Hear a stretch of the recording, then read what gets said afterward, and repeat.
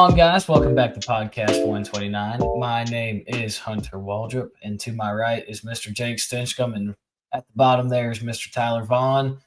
Fellas, another great week of college football. Ready to talk about our Week 6 recap. How are y'all doing this evening? Good, brother. Another crazy weekend of college football. It's just clicking away now. I mean, we're just going through these weeks like one day. It's insane. I feel like we just did a week 0 preview and recap, and now we're going on week 7, week 8. So good football season so far. Excited for another weekend. I'm actually gearing up for a 9-year anniversary trip this weekend to the beach. And I will be watching ball with my toes in the water and ass in the sand all day on Saturday. I cannot freaking wait. Okay, Zach Brown. Tyler? Yeah, like you said, another great week of football. Enjoyed watching ball this weekend. You know, season's been crazy every weekend, and that's something that you love to see. You love to see craziness. You love to see the unexpected happen. And he's frozen. All right, we will get him. Yep. He will join back in here in a little bit. With that being said, Jake, congratulations on 9 years. Must be nice. Seriously. I think it's 9. Somewhere between 7 and 12. I might have to fact check me on that, but I promise doing good. I promise you she knows. That's what matters, right? Yep. But exactly. Seriously, congratulations. You got to remember the date. That's right. Well, without further ado, let's just go ahead and hop right on into it, guys. We have a few extra things in here that I probably was not expecting to talk about. So, what were the odds on the preseason odds on DJ Lagway and Nico being on our player graphics in the same week? I mean, golly, that's a long shot.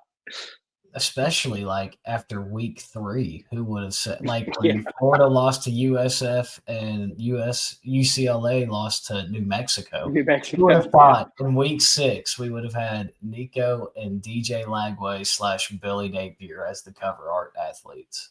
Yeah. And I think Tyler, you back? We'll see. All right. Jake. As always, go follow us on our socials. We appreciate you guys. Give us a follow. We're on TikTok. We're on Twitter. We're on Instagram at podcast_129 for Instagram and Twitter. And then podcast.129 for TikTok. Say it every week. We're busy. We try our best. Hunter's the best at keeping the Instagram active. But go give us a follow, guys. We really do appreciate it.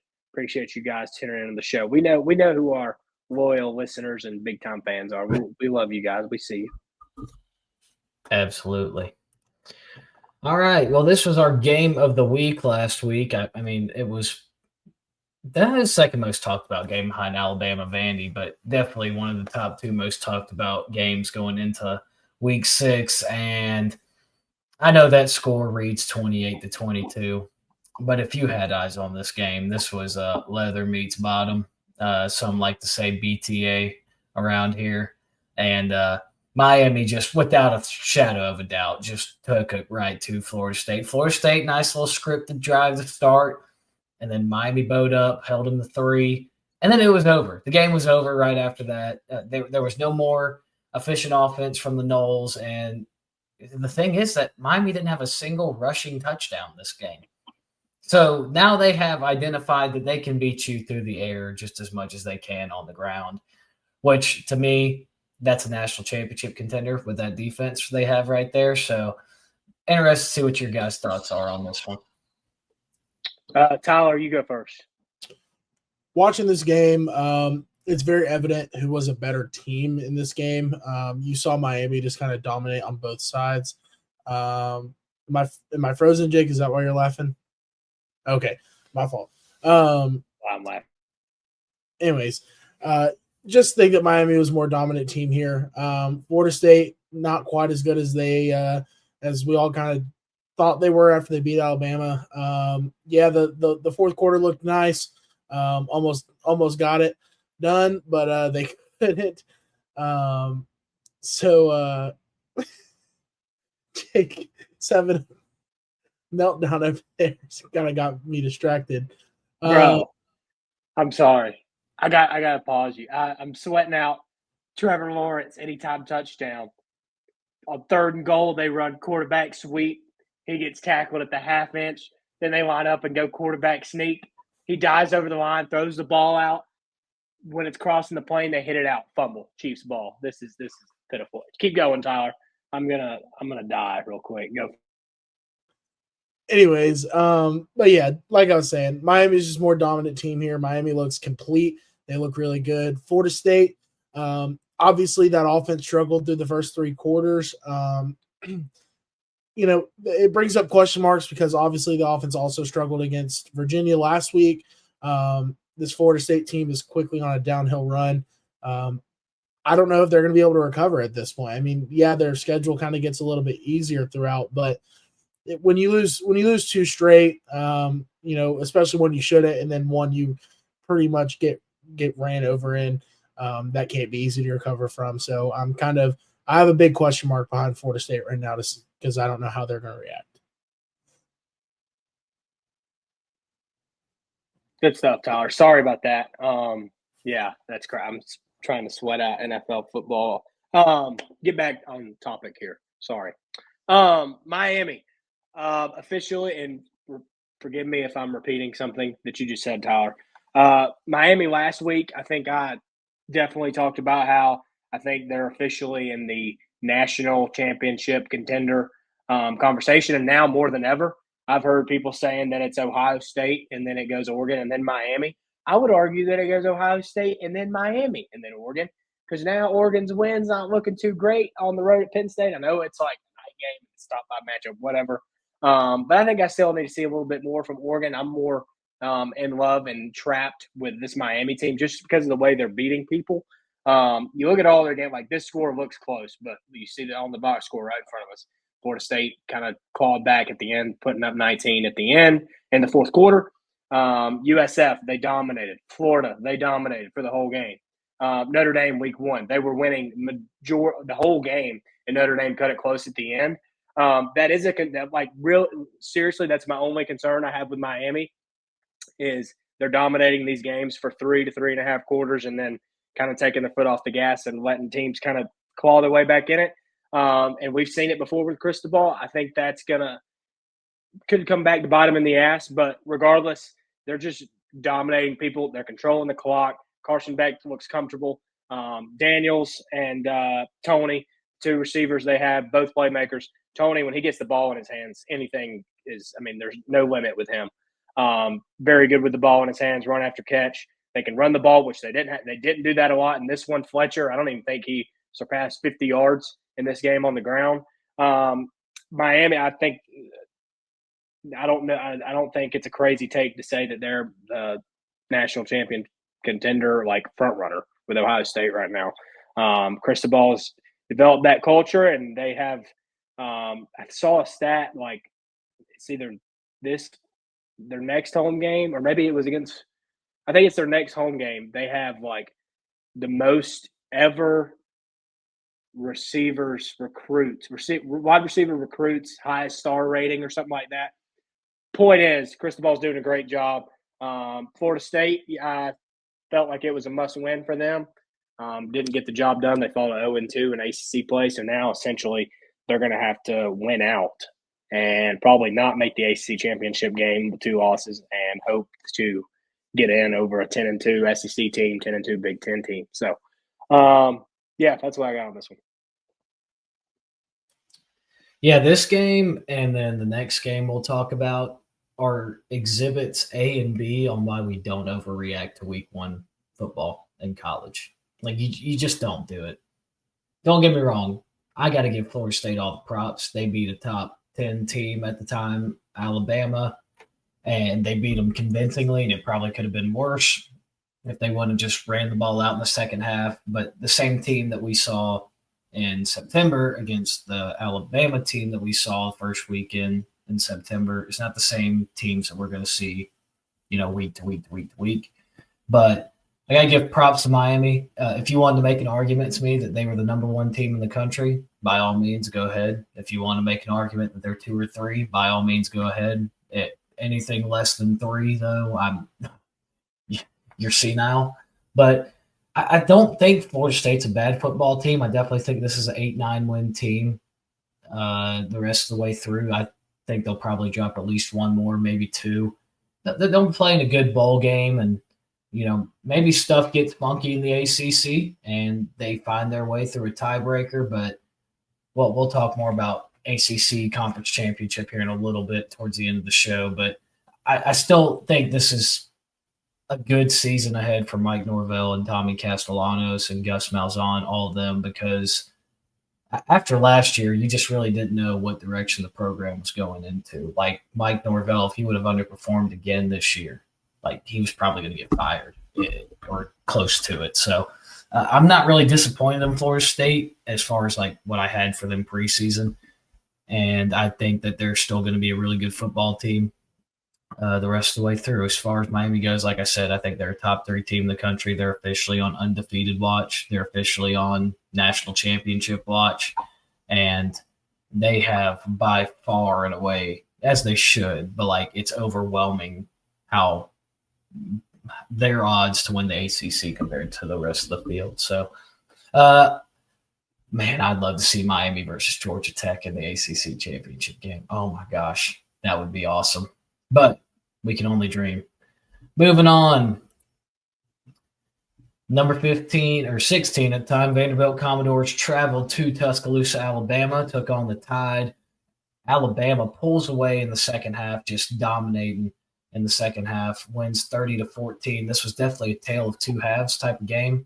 And I'll lead us off here.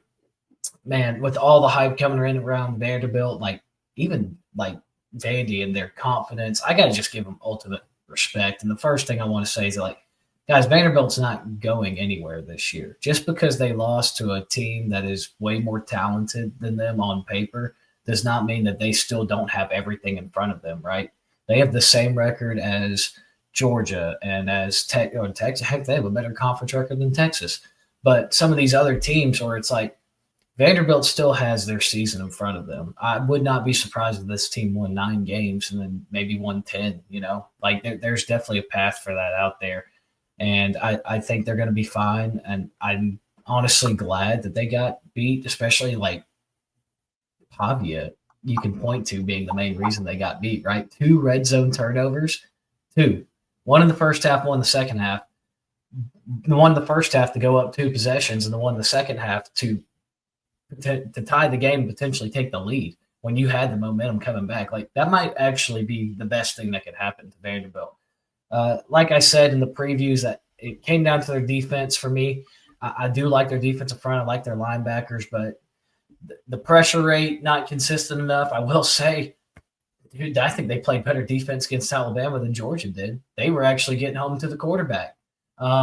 They actually got stops on third downs. They forced a turnover from Alabama, first one all year. So I don't think anything – I still think Vandy's got everything in front of them. I don't think anything's necessarily lost for their season. And, it sucked because it would have been really cool to see them win again just for the narrative of college football this year. And I'm sure that sucks as a player on that team. But, they get a bye week this week, a much-needed one. Then they get an underperforming LSU team coming into Nashville. They don't have the easiest schedule coming up, but I still like their chances. Like, I think they are a top 20 team that can compete with any SEC team right now in the country. So that's what I have on Vandy. Man, Ty Simpson special, right? Another reason we don't overreact to week 1. And I actually came on here in week 1 recap and said, if you think that Ty Simpson is the reason that Alabama lost the game to Florida State, you're senile. You just don't know ball. That was not it. The guy didn't have time. He was running around for his life. And now it looks like that offensive line, they stepped up. And like I just said about Vandy, maybe this loss for Vandy was good, but like that loss to Florida State for Alabama, it might have been exactly what they needed, right? And their offensive line has played better. Their defense is rallying to the ball. You give Ty Simpson time, man, he's going to make plays. And even with his legs, like extending the play, making plays down the field and getting those first downs. Looks like Jam Miller got back and healthy again. He didn't run the ball the best against Georgia last week, but this week, once again, I think that Alabama offensive line just outpowers, overweighs the Vandy defensive line. You really saw it in the second quarter leading into the second half. So glad to see Jam Miller back up and moving. But Alabama's got really good receivers. I think this by the end of the year, as long as they don't slip up 2 more times now, like they do have a big road test this upcoming week, and they got to go to Jordan Hare at the end of the year. So there are still some. They got to play Tennessee. Like there's still definitely some landmines on that schedule that they can't trip up in. But right now they're starting to look like the Bama I expected to see, the Bama I picked to win the SEC championship. So sky's the limit. Good for the Tide to get this one off their back, but man, this is game 2 in a 4-game gauntlet. Let's see what they got these next 2. Good stuff, Hunt. Ty Simpson, special player from what we've seen so far, especially since week 1. I really like the way he throws the ball over the middle of the field. He just delivers the ball and pushes it downfield, especially like over the middle and tight windows very well. That's something that sticks out to me. Regarding Alabama as a whole, like even after the Georgia game, 2 concerns I had for them was both regarding the rushing game. The rush defense was one of my only concerns, and it's now the only concern. The other one I'll get to, they kind of answered for me. But Cedric Alexander early in the game broke off like a 65-yard touchdown run, and then after that he only had 3 more carries. Pavia only had like 11 carries. Vandy kind of shied away from the run game, and I personally think that's where you attack them defensively. I mean, Pavia threw the ball 35, 36 times, somewhere around there, and it kind of confuses me coming out. Georgia rushed for over 200 yards against Alabama a week ago, and why they wouldn't stick with that with a good back that they have. That's really the only red flag I kind of have with Bama is I still think they're vulnerable in the run game, and we're really about to see that this week against Missouri with Ahmad Hardy, and then later on with Jackson Arnold, guys like that. So, and then my other concern with them was the run offense, the rushing attack offensively, and getting Jam Miller back was the best thing that's ever happened to them. He had 22 for 136 and a touchdown, and he will run through you. If you're in his way, he'll run through you. He doesn't have to make a guy miss. He's explosive. I like when they go 5 wide and they bring him back in. That kind of just moves around the defense and kind of mixes it up. It's a different look for other teams, and they did that several times. They'd bring him back in outside of 5 wide and just run zone, whatever it might have been with them, and it paid off very well for them. So, Bama, like I said, only concern that I have right now is their rush defense. I think that's their most vulnerable spot. Vandy, like you said, Hunt, I mean, I think they compete with anybody in the SEC, anybody in the country right now. I mean, they've shown that over and over and over again. Obviously, they're a national title contender, and we know that. They have a brutal schedule. It was a good first half, though. I mean, I really thought they were in it, and I would like to finish this by saying to the podcast members, I apologize for selling on the triple option. The other 2 legs hit, and Vandy had the cover for – they covered for that's 59 minutes and 43 seconds or something. And I was watching the game with Tyler, and what was the score? It's 23-14 plus 9. And it got to be 4th down, and I'm like, they're going to kick the field goal. And then I was like, no, the offense stayed on the field. This is perfect. Just get the first down and get down. Well, Jam Miller's dumbass or whoever the back was had to just go score. That's classless. No class from Alabama there. That's just the new culture down in Tuscaloosa. Derrick Henry would have been benched for that kind of blasphemy. All right, so I apologize. It's my fault. I never should have done it. I hated it from the get-go, but transparency here, guys. It was Jam Miller.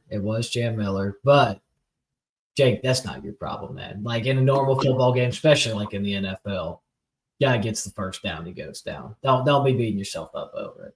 So, plus I didn't have money on it, kindly. So, Tyler, what were your thoughts on this game? Yeah, thanks a lot, Jake. No, I agree with Hunter. That's just a bad beat. Nothing we can do there. I agree with what both of you said. Alabama looks like a very good football team. They look put together well. The offense is starting to get to where they're rolling, and that's a good sign to see for them. But I agree with what you said, Jake. Their number one thing is their rush defense. It has not looked good so far.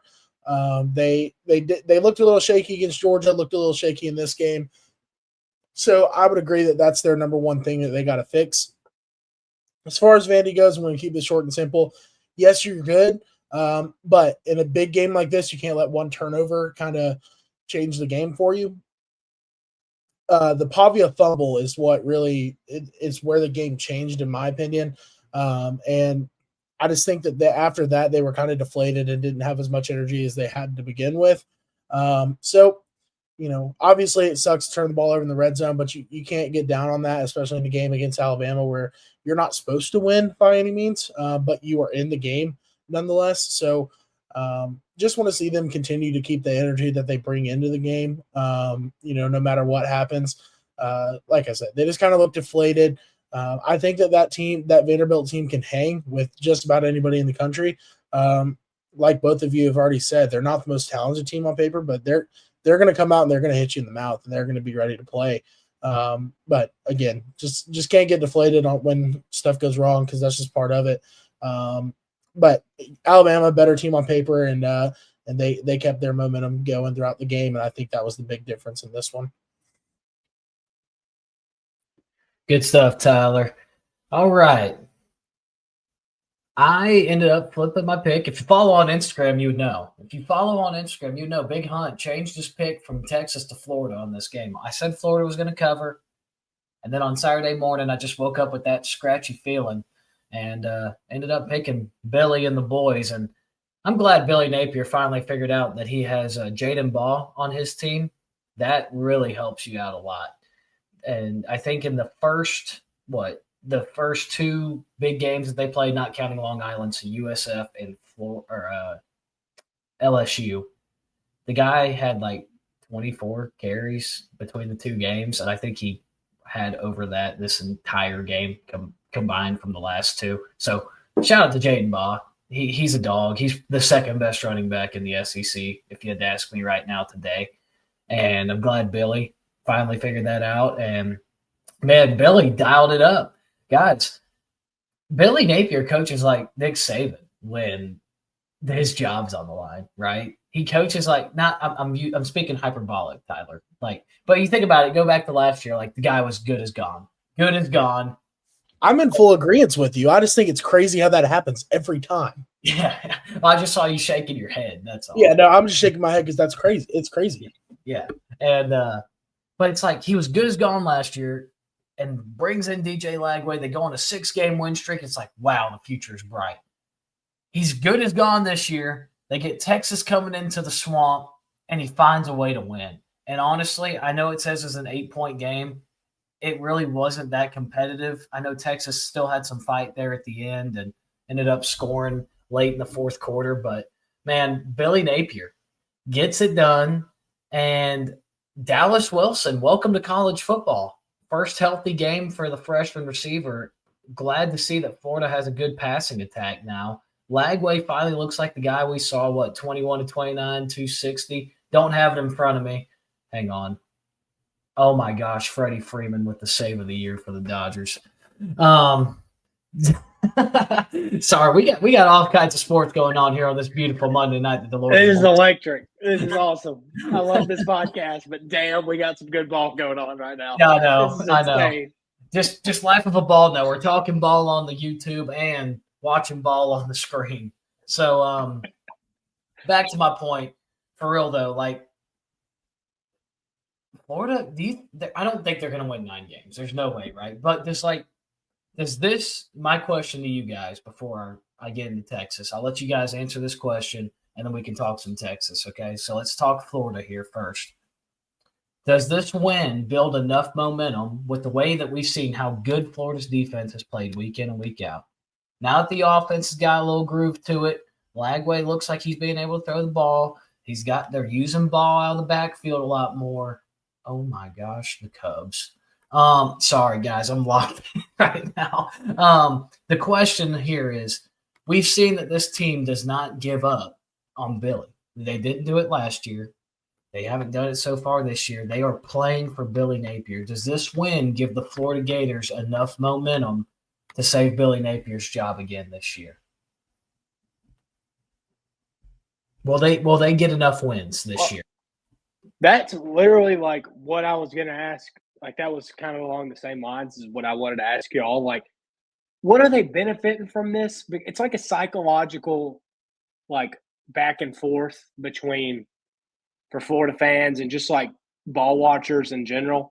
Like, is what's the benefit in them winning this? What's the benefit in them rattling off 6 or 7 wins in the schedule and finishing the season strong, because it's always like in the past 5 weeks, it's been Napier's gone. It's just a matter of time. Napier, like, it's just a whole back and forth thing. I do think that he's coaching his butt off for 1 and 2. Those guys rallying around him, like, I guess he's really good at keeping his guys like in the same circle. Don't listen to the outside noise.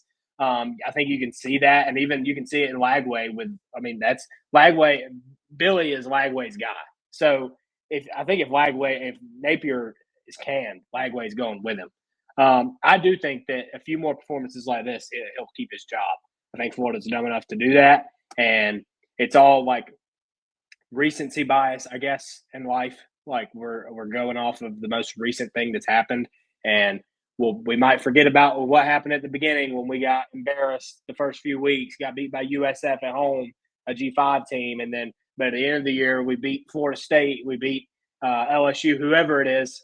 Let's carry that momentum into 2026, right? And it's just the same cycle over and over again. I think that whoever is in charge of making a decision to keep or let go of Billy Napier, they need to buckle down, grow some nuts, and just say, hey, look, man, it would be best for both of us to move on here. So that's what I got on it. That's my take. Yeah, I agree. Looks like we lost Tyler for a second again. But, Jake, what's the number? What's the number? What number wins?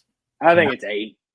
You think? Well, let me pull up. You got their schedule? I got it pulled up here. I got it pulled up right in front of me here. So right,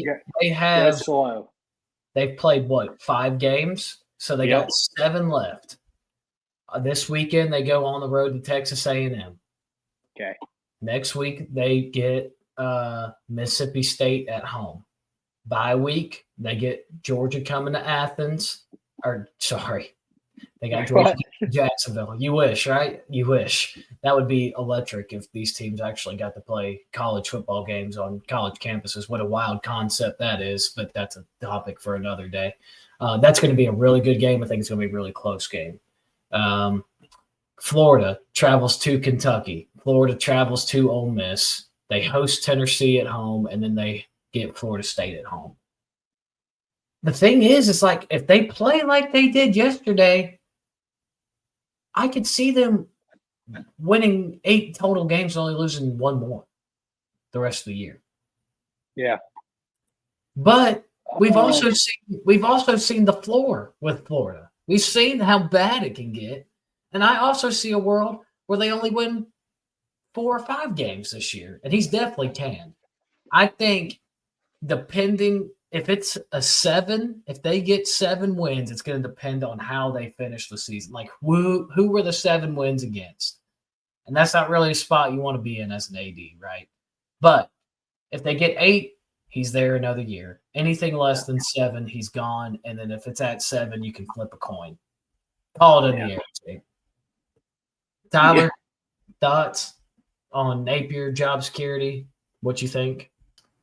Yeah. So I think it's really just going to depend on, like you said, who can they win enough games for them to keep him? The one that sticks out to me in my mind is. Oh, we lost him. We lost him again. I have a feeling Tyler's about to go remote to Jake's room here in a second. Yeah. I have a point to make, which it's not really like a football take. Yeah, it is. But I honestly, I'm a Georgia fan. Everybody knows that. Florida is our rival. I hate Florida. I do enjoy this kind of thing, though, like seeing them do good. Here's Tyler. You got to chill? I do enjoy seeing them do well, especially as of late. Like we've kind of had the best of them in the match. best of them in the matchup lately. I will say, I'm just ready for it to be over, the whole Napier thing. I don't really care about what happens to Lagway, but I think it's time. I'm ready to see something new, a new program builder, a new culture instilled there, because we've had this conversation every week for 2 years now. And it's just the same conversation. It's back and forth. He needs to leave. If he doesn't win this week, he's gone. Well, then he wins. And it's like, Well, how many games does it take for him to keep his job? And it's just back and forth. I'm sick of it. If I'm a Florida fan, if I was a Florida fan, I don't give a damn who they beat for the rest of the year. I don't care if they go 9-3. I really don't. Like, get his ass out of there. It's still not expectation at the University of Florida. So I'm ready for something new personally. I'm tired of talking about it. Jake, if Florida goes 9-3, they're going to be playing for the SEC championship and probably going to be in the playoff, right? Well, yeah. Well, if they go 9-3, they can't get in at 9-4. They'd have to win. They might. You don't know with this playoff committee. That's true. But dude, if they play in the SEC championship, they're not going to fire them. Hang on, we're going to take a little pause here. All right, Tyler. You're on mute, Jake. Like I said just now when I was on mute, this has been a very chaotic episode. But we're good now. We're good. Just want to throw in a couple words about Florida before we switch over to Texas. I think the big game is going to be the Tennessee game. That game is always close between Florida and Tennessee. Last year they lost in overtime, but in the past they've dominated that game. If he can come away and win that one, I think he can save it because there's still games that they can win on that schedule. But if he loses that one and if it's ugly at that, I think that the Florida boosters might be ready to be done. 7 with a big road win would also be very good for his case too. Like if they go on the road to Ole Miss, LSU, hell, beating Georgia, that's a road game. Any of those 3. You did say they're playing at LSU, right? They already played. They already played at LSU. Yeah, sorry. They got Kentucky on the road. Oh, that's a big one if they get it. All right. Enough about Florida because we do have that conversation. But this is probably like the most intriguing team, right? Because we've seen the ceiling now, and now we've obviously seen the floor. Very curious to see where they go the rest of the way. It's time to talk about Texas, guys. Jake, did you know that Texas has played 2 SEC ranked opponents in their time in the conference? Since they joined the conference last year, they've played 2 teams. Or they played not 2 teams, 2 games against a ranked opponent in the SEC, and they lost both of them. That being the Georgia Bulldogs, your Georgia Bulldogs, that is. A&M not ranked? Oh, they won that game. Oh, I guess that was A&M. Or maybe it was, I don't know. I saw some stat about maybe 2 teams. It's to play Georgia twice. Anyway, sorry. Yeah, I guess A&M was ranked, though. I don't know. I got fake news read to me by On3 today. Besides the point, this Texas team is garbage, or they're playing like it. They're talent-wise, they got all the talent, according to On3 and 247 recruiting boards. But my gosh, Arch Manning looks lost. He looks lost. And here's the thing, Tyler, did you watch the Texas-Florida game? Yes or no? No. Wait, did we watch that game? I think it was on the screen, but I wasn't paying a ton of attention to it. Yeah, you were locked in on that Vandy Bama game, as America should be. Regardless, Texas offensive line is not good, or it has not looked good at all. And not only does Arch Manning not hit the open guys when he's got them, but he doesn't have the time to see his receivers get open. So, and furthermore, his receivers aren't the same receivers that Quinn Ewers had last year where they can have separation speed. And the defense can only do so much. We've seen now that they played a team with backs against the wall, fire lit under their seat. They finally got lit up. And that Florida offensive line finally pushed them around. I don't know how well those guys are covering. And the secondary for Texas, there's a lot more question marks that got raised this past Saturday than answered questions. So it's not just all on Arch, but there's a decent amount of it that is. And now their backs are against the wall. Their seats warm because they got to – guys, they're 3-2. They got to win out. They got to win out or dang near come close to it. They could be a team at 9-3 that gets in just due to their logo and the committee and all that if they finish on a hot streak. But more times than not, they're going to have to win out. And their backs are against the wall against my team of the year, my team this year, the rivalry game of the year, Oklahoma, Texas. Texas favored. We could jump more into that later this week when we do the preview. But They got Oklahoma. Then they go on the road to Kentucky and Mississippi State. Tell me two easier spots compared to the rest of the field in the SEC to play in, maybe outside of Vandy. Speaking of Vandy, they get to Vandy at home. Then they got to go to Georgia. They get Arkansas at home, and they get A&M at home. Is Texas going to lose 5 games this year? I mean, that is a serious question. Preseason number 1 to unranked after 6 weeks of football. Lots of question marks. I don't know what direction this team's going to go in. Are they going to go in wounded animal mode and go on a little bit of a run? I don't know. They haven't shown that to me. What are your guys' thoughts on this Texas Longhorn team? Tyler, you can go. I think that you mentioned the offensive line and that being the problem with the offense. I agree that the offensive line is a problem, but I'm not going to say that's why Arch is not performing. I think that we gave Arch all this hype. He came out of high school. Yeah, he was so good in high school. He's playing 2A ball in Mississippi. All right, I think I could go play quarterback down there and maybe get a couple stars. Okay, I mean, let's be real. If you go back and watch some of his highlight film from his high school when he was in high school, he didn't look good. And to be honest with you, I mean, yeah, he's a Division I caliber player. Yes, is he a Texas caliber player that's going to be in the Heisman watch and be there in New York? No, I think that we overhyped him. I think he is the main issue for Texas right now. Yes, the offensive line contributes to that. Yes, the receiving core not being as good contributes to that. However, if you have a quarterback that's a dog like he was supposed to be, you can overcome that. We've seen it happen before. I think that Arch is the main problem for this Texas team, and I don't see them going anywhere as long as he's under center. There, I said I don't think he can get it done. I think he might get pushed out of Texas in the next year.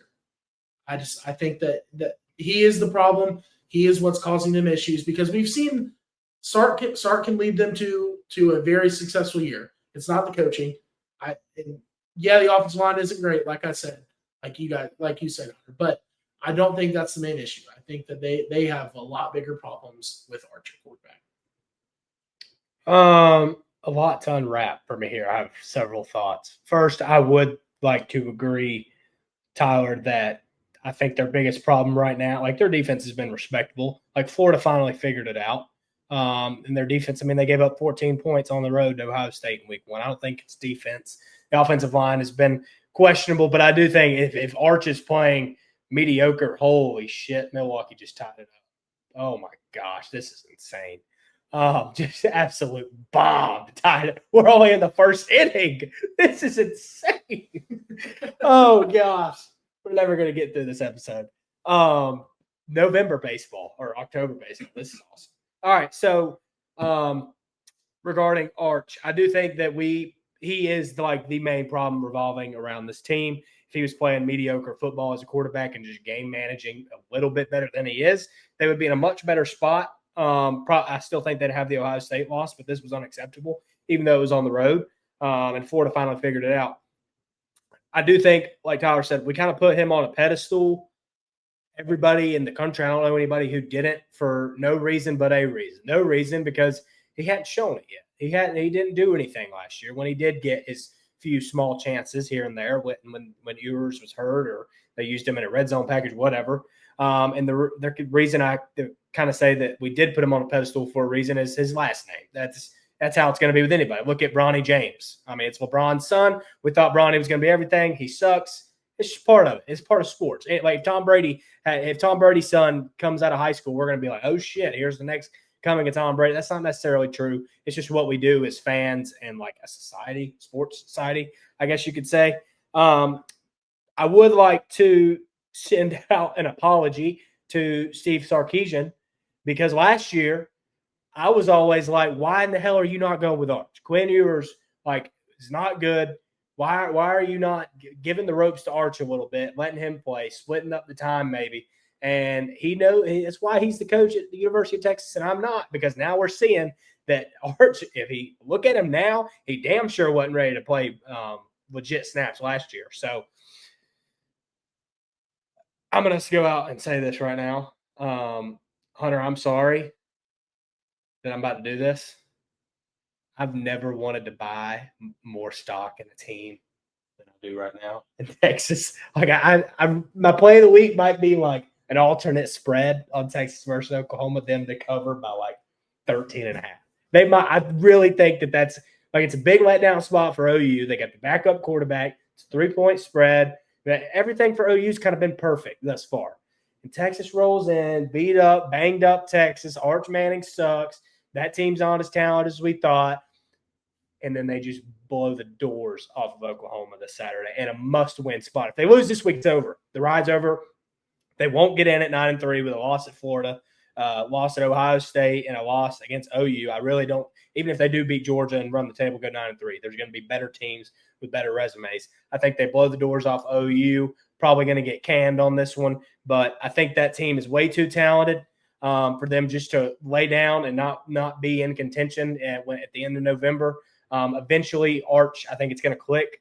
Maybe not like Heisman click, but it's going to click in a sense that he's going to be able to be respectable as a quarterback.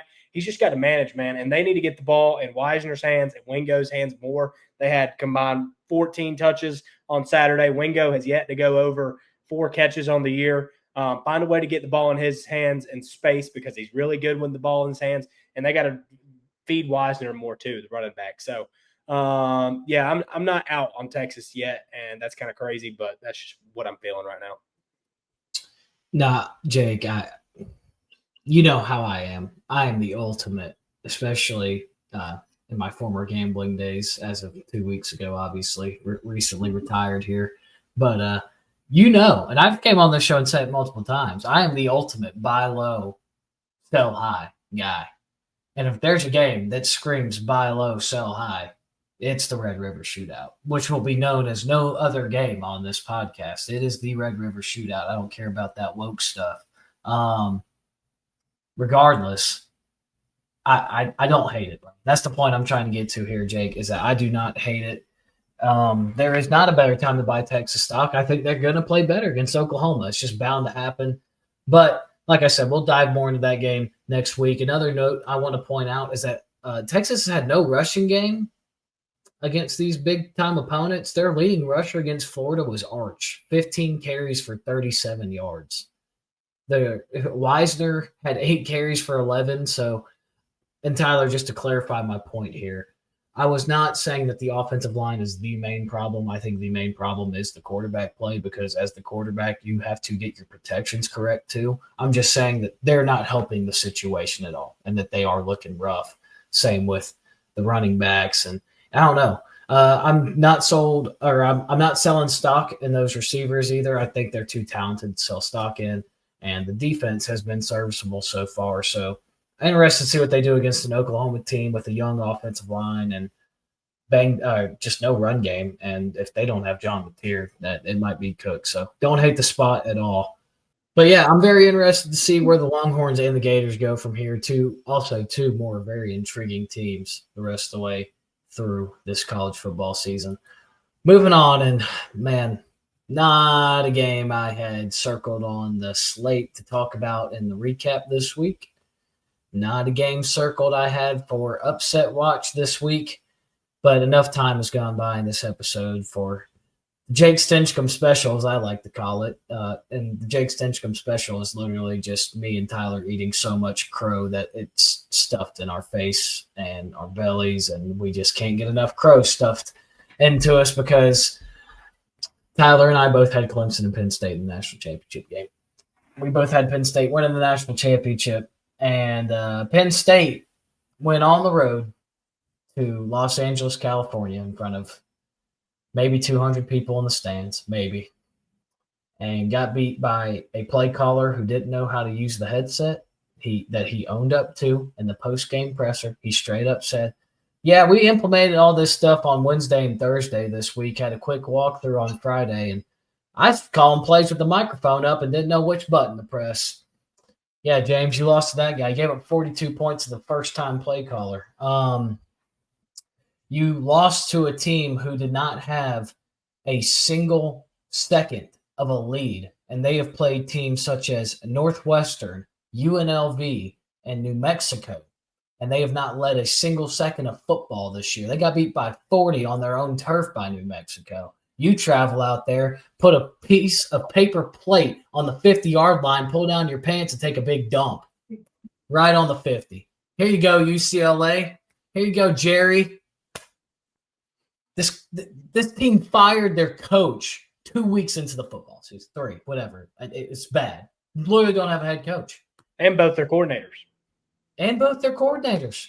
And Penn State just goes out there, lays an egg. You know when it's a problem? When Drew Aller is your best player on Saturday. He's not the best player on that team. He's a serviceable quarterback. He sure as heck ain't the most talented or the best player on that team. But when he comes out and he's your best player on a Saturday, that's how you know you got a problem. Enough about the ranting. I need to give praise to UCLA, but I'll do that after Jake has his little one shining moment. I'm going to sit back and watch the Cubbies. Yeah, good stuff by UCLA. I mean, what a story. I feel like this is probably the most embarrassing loss on the college football field that we've probably ever seen in our lifetime, outside of Notre Dame losing at Northern Illinois. But like Northern Illinois was at least a good team in their conference. UCLA, I mean, like Hunter said, they've gotten trolled every single week. This is something we will – sounds very cliche, but we're probably going to remember this like forever. We're going to look back on this in 30 years and be like, you remember when Penn State got that ass whooped by 0-4 UCLA that one year? Like, something to look back on for sure. I watched Nico a lot last year at Tennessee, and I had no clue that he could move like that. I mean, he ran the ball, and I mean, obviously, 16 carries, 128 yards, 3 touchdowns. But I did not realize how fast he was. I guess Tennessee never let him do that last year. They wanted, which makes sense. Like, that's not Heupel's style, not really a running quarterback offense, kind of sitting in the pocket, getting the ball open to guys in space and winning on their running back to attacking the ground game. So that was very interesting to me. He had taken off several times and gotten open space, and I was like, well, who the is this guy? Like, it was insane. As far as Penn State goes, another team that I'm not like dying on yet. Like, yeah, Texas and Penn State, 2 bad losses. Both now have 2, but now they're in must-win mode. If Penn State goes and beats Ohio State in a few weeks, then all bets are off and they're right back in it. I think 2 biggest problems for me, like Hunter, you said that our service quarterback, game manager. I agree with that. I think he is a game. I mean, he manages the game well. He's mediocre in my eyes. I don't, and like if you're a box score watcher and like see his numbers, like he went 19-26, 200, 2 touchdowns. Like that's a typical game manager stat, but there's nothing about him that can lift them over the edge, and he can't push the ball downfield at all. It's all check downs. It's all wide open guys in the fight. It's nothing special about him as quarterback. He can't fit a ball in a window like Ty Simpson's doing right now. This is nowhere near that. And it's kind of bonehead decisions too. At the end of the game, you're down 5 with how many ever seconds left in the first play of the possession. You're checking it down to a running back in the flat who goes out of bounds. Like that can't happen. You're down 5. Throw the ball downfield. You have no choice. And then the other reason, so I just don't think Aller's got it as far as elevating his team and making them better. Like Julian's saying, we didn't know that until this past weekend. If you watch his highlights against Minnesota, he tore it up. Like he's spinning it really well. He's a quarterback who we weren't sure of yet that he could really elevate his team, not just be just a game manager, be a game changer. And Sand kind of showed that this weekend, and I don't think Aller has shown that yet, and I don't think he will. And they're going to have to lean on their run game in this offense, which they can't do because when you got the 2 games against Power 5 teams they played this year, they're the best running back duo in the country have combined for – this is against Oregon and UCLA – 89 yards against Oregon and 75 against UCLA. That might be backwards, but those are the 2 combined rushing yards for them through 2 games against Power 5 teams for Penn State. That's a problem, especially myself included. Like I have always said that when we've talked about Penn State, they have the best 1-2 punch at running back in the country, and it has not shown yet whether that's a contest to the offensive line or the play call, whatever it might be. But I've never seen, like I look at a lot like Sony Michel and Nick Chubb, Travion Henderson and Judkins, like all these 1-2 punches that they don't have down games. Whoever has the hot hand's going to carry the box score more, but both backs are going to combine for over 100 yards. If you're not doing that, you're not going to be productive, especially when you're at Penn State. And that's another reason why Aller's not going to be the guy that elevates his team, because you can't run. In order for him to be good, he's got to get you got to get him going off of the run game and play action and deep shots. They're not going to get that because they can't run the ball. So yeah, that's what I got on this. I feel like I've been talking for like 30 minutes, but I had to get that all out. You're good, man. I don't have a lot for this game. Like Hunter said, I mean, Crow here. Penn State just freaking sucks at this point. I'm sick of it. A week ago, I would have probably told you that the number one Division III team in the country, North Central, would have had a shot to beat UCLA, and now maybe they would beat Penn State. I don't know. This throws me off really big time. I think it's pretty comical. Like Hunter was saying, this guy didn't know how to use his headset, and he beat a team that was a preseason national title favorite. So, yeah, I don't have a lot to say. I just think that it's ridiculous if Penn State loses this game. Didn't get to watch a ton of it, but I just think that, I don't have a lot to say here, man. I just don't. Terrible. Preseason teams 1, 2, and 4 are combined 8 and 7, and all 3 are unranked. What that's a college football season in its own shell, right there, if you ask me. But for both of y'all, gun to your head in 1 through 3 order. Who Notre Dame, Texas, Penn State, in order of highest chance to lowest chance, has the chance to win the national championship. Take out odds if you know any betting odds and all that. Like I'm saying, your eyes, your opinion. Who would you be most likely to buy stock in to win the Natty right now? Notre Dame, Texas, Penn State. Oklahoma, Penn State, Notre Dame. Oklahoma wasn't an option. Or Texas, sorry. Texas, Penn State, Notre Dame. Interesting. I just chose the 2 coaches that have actually been there before and won games. Yeah. That's why I did it. I guess Notre Dame's like an easy answer because all they have to do is go 10-2 with an easy schedule. But I also think if they go 10-2 with an easy schedule and get in, they're going to get mollywopped. There's no way they make it to the big game. So I would get Texas as it stands. Dude, their 2 losses. One is on the road to the number 3 team in the country by a field goal in the 4th quarter, and the other one is by 1. Well, Miami dominated that game though, and they kind of clawed their way back, just like they always do. I do think Miami dominated that game, and they could have scored a lot more points than they did. Personally, dude, they were a field goal away.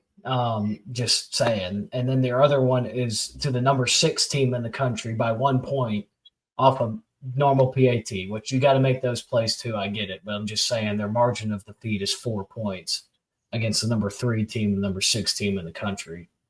And Marcus Freeman's been there, done that, played for a national championship last year. That's why I chose them. Yeah, the most stock. Anyways, shout out UCLA. Jake, you already hit on all of them. Nico looked phenomenal. He has not looked that good. UCLA's defense has not looked that good. Their offensive line has been abysmal this year. Just goes to show that they're playing for Jerry, man. He's not even the real interim head coach, just the interim OC, but they're playing for Jerry. Shout out to them. Maybe they'll make a bowl game. Probably not. I still don't think UCLA is going to make a bowl game. They're actually going to get mollywopped on the road at Michigan State this week is my bold prediction, the ultimate sell high stock spot for me. But if I got a question for you, Jake. What's that? So I don't think Penn State's going to fire James Franklin, right? His buyout's like $50, $60 million after his most recent contract extension. Do you think James knows he needs a change of scenery? Like, do you think if, like, here's my thing, the expectation, Penn State, like, the inevitable might happen where they just pull the Mark Richt, right? And just like, James, we're tired of going 10-2. Just get out, bro. You're done. What if James just knows, like, I need a change of scenery. Like, I need to get out of this town. I need to get out of this school. I need to start fresh. What if, like, you know, I think the Wisconsin job's going to open up. It's a Big Ten school. The expectations aren't to win 10 games every year. Win 8 games every year, sometimes sprinkle in a 10-win season there. You're good. Like, do you think if Wisconsin called James Franklin, offered him a job, like, do you think he picks up the phone? And I'm he might pick up the phone. I'm using that as an Just example. how nice of a guy he is, but I don't think he's ready to be done at Penn State. I think he's got that taste in his mouth of being so close. And he, like everything I've seen, whether it's in interviews on social media, like him tweeting stuff out, like he seems like he loves Penn State. He loves to be there. He believes that they're going to be there every year and going to get it done. And obviously, it's never happened. But I don't think it. I think it'd really have to blow up for him to consider it, in my opinion. But I mean, I'm not a Penn State fan. Like that'd be a good question to ask a Penn State fan. I wonder what that is. Well, what if they lose 5 games this year? 5 games, yeah, he's gone. That's he's gone. He won't get fired though. The buyout's too much because you also got to pay your players $30 million in revenue sharing. Yeah, Dude, that's $95 million in money that you just like. What you have no NIL after that. You have no transfer portal money. Yeah. I don't know. It's an interesting question at hand, especially if they were to go 7-5. But 7-5, like I don't know. It would be another year that they don't make it and they don't win the big one, get over the hump, whatever. But extremely worse, and you're losing this core, like the running backs, Drew Aller after this year. It'd be a complete rebuild going in the next year.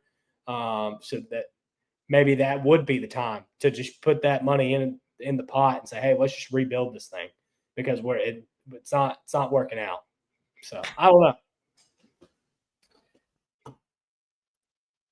All right, this was a slide that we don't usually do, but I saw 2 teams win this weekend. And then I looked at their remaining schedules, and if you're watching on YouTube, you can see what it says at the top. For those listening on podcasts, like my awesome mother, it says, when is it time for a conversation? And the 2 games we have highlighted here are Virginia beating Louisville and Cincinnati beating Iowa State. Virginia is 5-1, and they are 3-0 in ACC play because the NC State game was a non-con game since they decided to go from 9 to 8 games. So the NC State game is not a conference loss. The stupid rule, whatever. They should be 6-0. They should not have lost that NC State game. Regardless, they lost. Cincinnati is 4-1, and they are 2-0 in the Big 12. Their only loss coming by 3 points to Nebraska earlier this year. So when is it time to start having a conversation about a sneaky team either getting into the playoff or playing for their conference championship game? Because Virginia right now has the 3rd best odds to win the ACC behind Miami and Georgia Tech. Now it's substantial. Like Miami's minus 250, Georgia Tech's plus 500, and then like Virginia's plus 750. But damn, if you would have told me after week 1 or week 2 or in the preseason for that matter, like, hey, by the way, we're going to be almost halfway through the season, and Virginia's going to have double the better odds to win the ACC over Clemson. I would have told you you're smoking crack. And Cincinnati, the reason I bring them up, dude, they play in the Big 12. Outside of Texas Tech, it is a week-by-week basis. Texas Tech is the only team that has shown me that they can go in, week out, leather meets butt. All right, we move on to the next one, right? Everybody else is just playing for a spot to play Texas Tech as the way that I've seen it right now. That's just obviously stuff can change, injuries can happen, teams can blow up. But nobody talked about Cincinnati going into the week. And honestly, with Penn State losing and Texas losing, I know Cincinnati was favored in this game against Iowa State. Good call, Jake, on your best bet of the week. Outside of that, I think you lost the other 4 better than I did. I went a whopping 0-5. Besides the point here, nobody was talking about Cincinnati. They beat a top 15 team in Iowa State.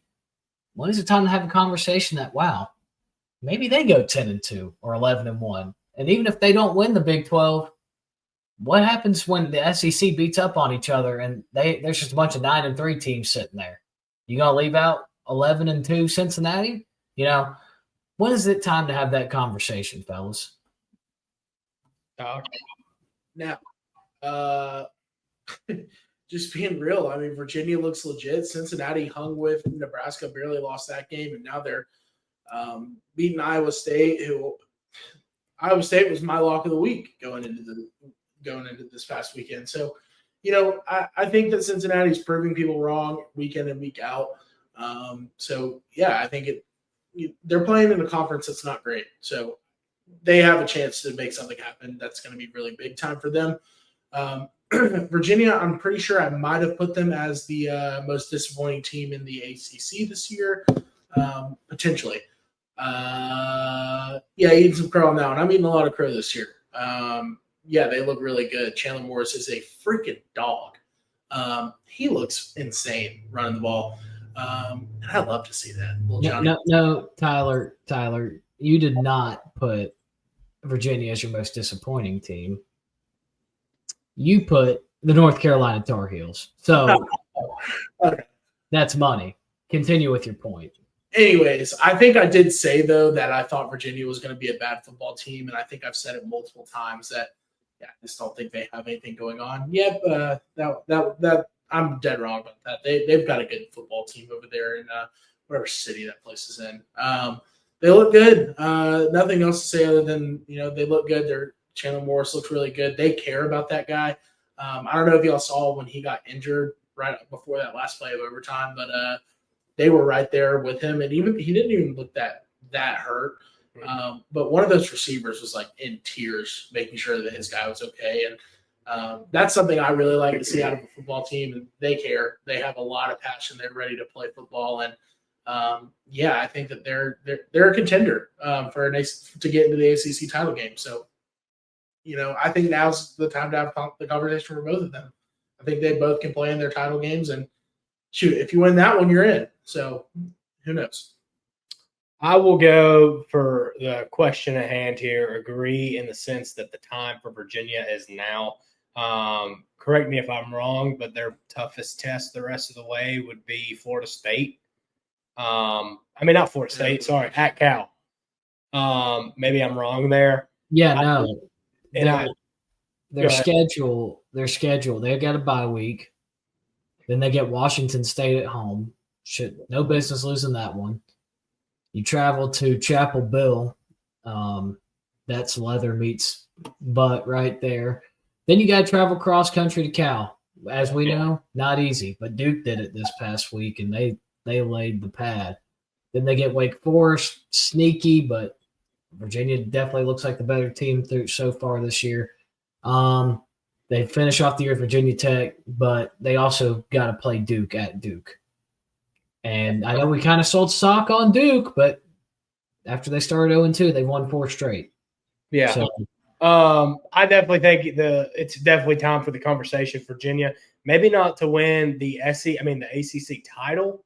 Obviously, I think Miami and Georgia Tech on a neutral site would probably beat this team by 2 touchdowns. But 10-2 is no doubt in the question. And 10-2 Virginia at the end of the season, after winning 5 or 6 straight games at the end of the year, and big wins at Louisville and a win against a top 10 Florida State, like the resume would be there, and they would have an argument to be at the table as far as playoffs go.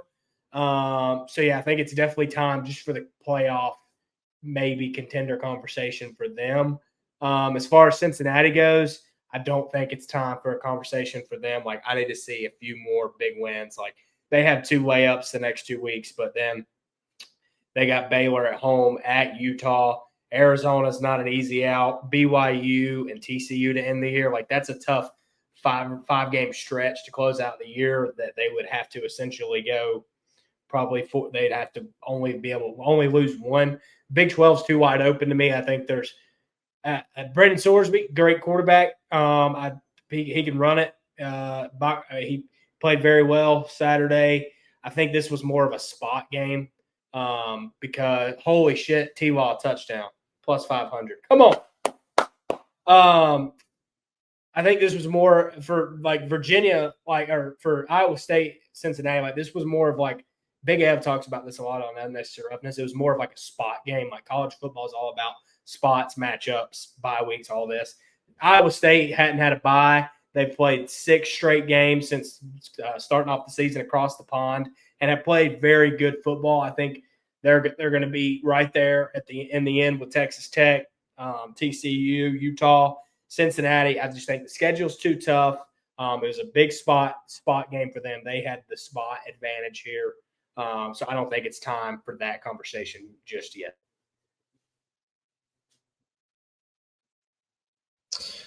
I think it's time to start having the conversation with Virginia. But, Jake, I agree with you. It's still early on Cincinnati, but they can win just about every game left on their schedule except for one.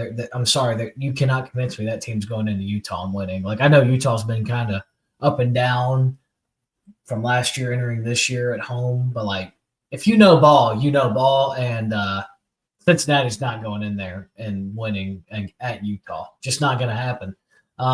If they do, I will eat.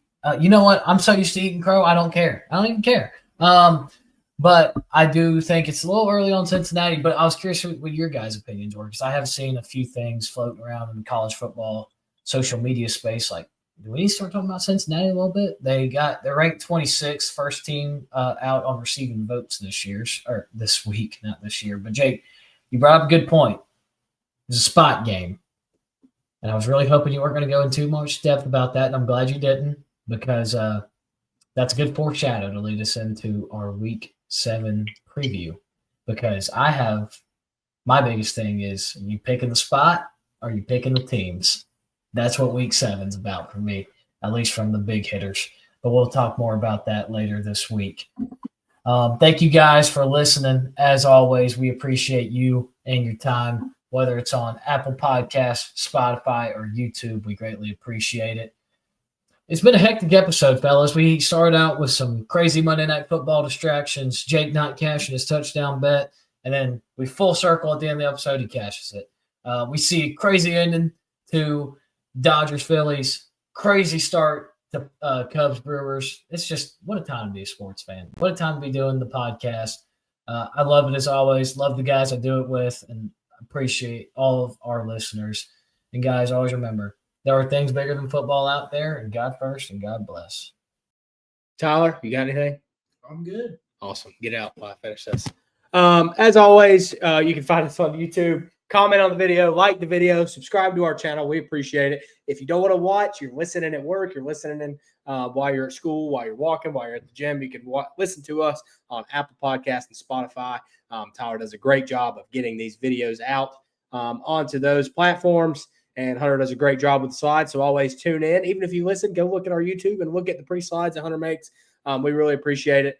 Like Hunter said, great time to be a sports fan, a ball watcher. You got NCAA football. You got primetime football Monday, Thursday, Sunday nights. NHL starts next week. The NBA preseason has begun. Postseason baseball. Sports watching is in full swing, and I'm here for it. Everybody have a good week. Next time we talk to you, we'll be talking Week 7, Week 8 preview and college football. That's podcast 129.